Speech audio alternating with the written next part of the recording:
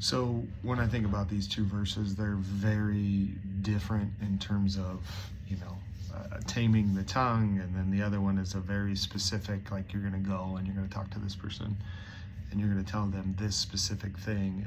And on the surface, they don't make sense, but as I dig deeper into each verse, how he's speaking to me in this situation, in the person that he's put on my heart to speak to. He said, the way you speak with a submitted tongue can spread my light far beyond your sight. And I think to myself, as I walked up to this individual and spoke with him, today is the first day of something that they're coming to, and I walked up to them and they were just red, flush-faced and overwhelmed, and I thought, okay, this is the person you're calling me to. And I was very careful on how I spoke to them and tried to just make them feel welcomed. And it didn't change the moment in my perspective, but maybe it did in theirs, and that's all I can know that I'm called to.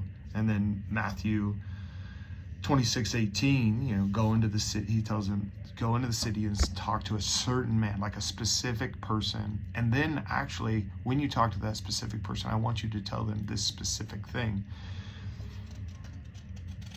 And to that he said, my son, don't doubt the specifics of my calling and the extent to which I have detailed plans for your prosperity in my kingdom.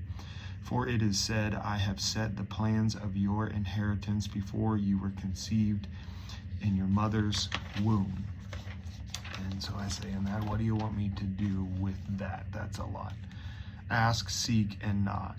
By submitting your doubts to me daily, exchanging your lies and separation for the hope and truth of my words set before creation.